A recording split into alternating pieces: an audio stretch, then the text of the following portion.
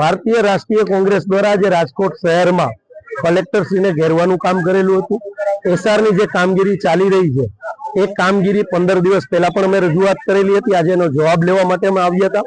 જે એસઆરમાં form number 7 નો ગેરઉપયોગ થયો છે એ ગેરઉપયોગ દ્વારા ભારતીય રાષ્ટ્રીય જે ચૂંટણી પંચ છે આપણું એમની કલમો છે કે કોઈની નામે માહિતી છુપાવી, ખોટા નામે સિગ્નેચર કરવી અથવા ખોટા નામે ફોર્મ ભરવા, તો અલગ અલગ એમની જોગવાઈઓ છે કલમો મુજબ। તો એમની ઉપર એફઆરઆઈ નોંધાવી જોઈએ।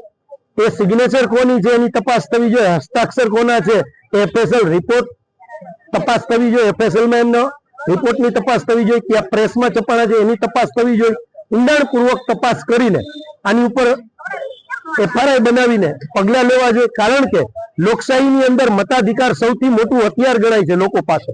જો એની ઉપર તરાપ મારવાનું કામ કોઈ પણ વ્યક્તિ કરતું હોય તો એના ઉપર જે ચૂંટણી પંચની ગાઈડલાઇન્સ મુજબની જે કલમો છે એ રીતની એફઆરઆઈ થવી જોઈએ। આ બાબત અમારી ઉગ્ર રજૂઆત કલેક્ટરશ્રીને હતી। અને જે ફોર્મ ભરાણા છે એમાં અધિકારીઓની પણ ક્યાંક મેલી મુરાદ હોય તો અધિકારીઓ ઉપર પણ પગલા લેવા જોઈએ। આ પણ ચૂંટણી પંચે જે ગાઈડલાઇન્સ જાહેર કરેલી છે એની અંદર પણ છે। તો જે ચૂંટણી પંચની ગાઈડલાઇન્સ પ્રમાણે તમામ લોકો ઉપર જે દોષિત છે એના ઉપર પગલા લેવા જોઈએ। કારણ કે લોકશાહીની અંદર કોઈનો મતાધિકાર છીનવાનો અધિકાર સમગ્ર ભારત દેશની અંદર કોઈની પાસે નથી। આ બાબતને લઈને આજે અમે એગ્રેસિવલી રજૂઆત કરેલી।